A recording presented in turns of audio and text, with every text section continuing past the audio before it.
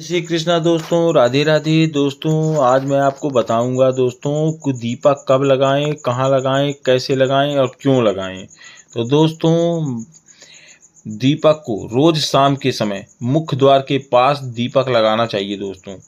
जब शाम ढल जाती है 6 के बाद, जब संध्या कालीन होता है दोस्तों, तो एक दीपक जब आप संध्या बाती कर लेते हैं, जब आप घर में संध्या बाती कर लेते हैं तो संध्या बाती कैसे करते हैं ये भी जानिए। संध्या बाती ध्यान रखिएगा, अगरबत्ती भूल कर भी इस्तेमाल ना करिएगा संध्या बाती के समय और पूजा के समय, क्योंकि अगरबत्ती में दोस्तों बांस होता है और बांस को भूल कर भी कभी भी जलाना नहीं चाहिए, क्योंकि जो व्यक्ति बांस को जलाता है उसके घर में जो समृद्धि होती है, वृद्धि होती है, वो घटती चली जाती है और इंसान अकाल मृत्यु मरता है दोस्तों। जैसे किसी के घर में हादसा हो जाता है, घट जाता है, कोई बीमार रहता है, परेशान रहता है, तो दोस्तों इसी का उसका कारण यही है दोस्तों कि बांस जलाने से।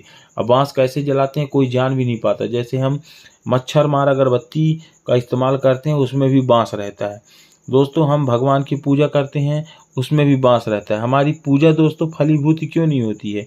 इसका कारण यही है कि कहीं ना कहीं आप गलती कर रहे हैं। गलती का कारण यही है दोस्तों कि आप जब अगरबत्ती लगाते हैं तो बांस जलता है, क्योंकि बांस से ही अगरबत्ती बनती है, बांस की लकड़ी से ही अगरबत्ती बनती है। तो दोस्तों ध्यान रखें, धूप बत्ती जला लें, घी की बत्ती जला लें। घी की बत्ती ना मिले तो चमेली का तेल का बत्ती जला लें, या फिर राई, सरसों, या फिर धूप बत्ती, मतलब इनका इस्तेमाल आप करें। पर ध्यान रखें दोस्तों, अगरबत्ती भूल कर भी ना जलाएं कोई भी अगरबत्ती, क्योंकि उसमें दोस्तों बांस होता है और बांस की जो भी अगरबत्ती जलाता है दोस्तों, तो उसके घर में अकाल मृत्यु होती है। कहीं कुछ घटता है, कहीं कुछ परेशानियां आती हैं, लोग बीमार रहते हैं, कोई कोई रास्ते में गिर गया, किसी का एक्सीडेंट हो गया।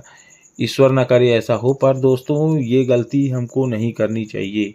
तो दोस्तों बांस की अगरबत्ती नहीं जलानी चाहिए दोस्तों। तो ध्यान रखें इन बातों का दोस्तों।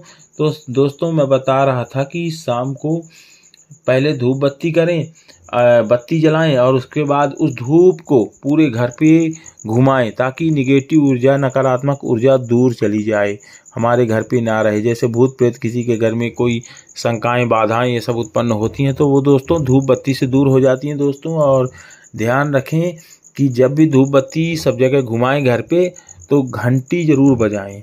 जो गरुड़ घंटी होती है वो घर पे ज़रूर बजाएं, पूरे घर पे। इससे क्या होता है दोस्तों कि आपके घर पे जो भी नकारात्मक ऊर्जा होती है वो तो दूर जाती ही जाती है दोस्तों। ईश्वर से जो भी आप प्रार्थना करते हैं, जो भी आपकी इच्छाएं होती हैं मन में, जो भी, तो वो पूर्ण होती हैं घंटी बजाने से, क्योंकि घंटी बजाने से ईश्वर आपकी प्रार्थनाओं को सुनते हैं कि ये घंटी बजा रहा है, कोई हमारा भक्त हमको याद कर रहा है दोस्तों। इसलिए घंटी को बजाते रहें, जब भी धूप बत्ती दिखाते रहें, और घंटी को कम से कम 5 या 6 मिनट तक पूरे घर पे बजाएं। तो ये बहुत अच्छी बात है दोस्तों। और दोस्तों ये दीपक घर में नकारात्मक ऊर्जा में जो प्रवेश होते हैं उसको रोकता भी है दोस्तों। इसलिए ध्यान रखें, एक धूप बत्ती एक बत्ती, घी की बत्ती या तेल की बत्ती, एक दरवाज़ा, जैसे हम घर में प्रवेश करते हैं तो जो मुख्य दरवाज़ा होता है उसके बाएं तरफ एक दीपक, ध्यान रखना दोस्तों, बाएं तरफ एक दीपक अवश्य रखें। इससे क्या होता है कि इससे जो घर में कोई निगेटिव ऊर्जा आती है, नकारात्मक ऊर्जा आती है, वो नहीं आती है। और माता लक्ष्मी इसको देखकर कि मेरा स्वागत हो रहा है, इसलिए माता लक्ष्मी दौड़ी चली आती हैं आपके घर पर दोस्तों। और ध्यान रखना दोस्तों, चप्पल जूते दरवाजे के मुख्य द्वार पर भूल कर भी संध्या कालीन के समय ना उतारें।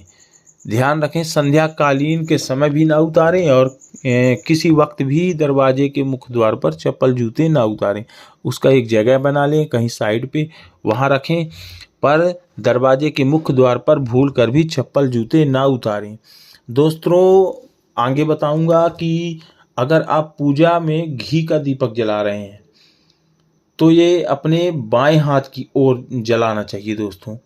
इस बात को विशेष ध्यान रखना, जब भी घी का दीपक जलाएं तो अपने बाएं हाथ की ओर से जलाना चाहिए, ये शुभ माना जाता है दोस्तों।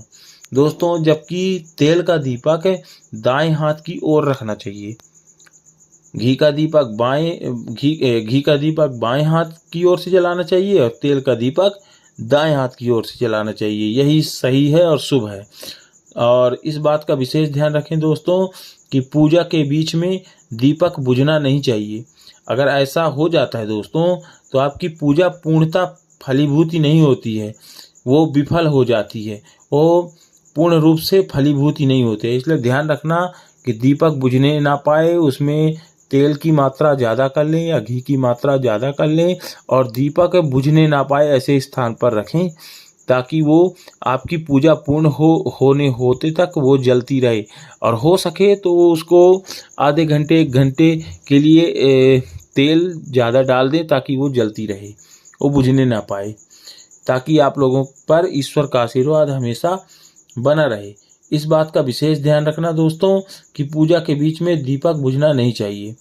घी के दीपक के लिए सफ़ेद रुई की बत्ती उपयोग किया जाना चाहिए दोस्तों, जबकि तेल का दीपक के लिए लाल धागे बत्ती श्रेष्ठ बताई गई है। तो इन बातों का ध्यान रखना दोस्तों। आज की वीडियो यहीं तक। इसके लिए जय श्री कृष्णा, राधे राधे दोस्तों।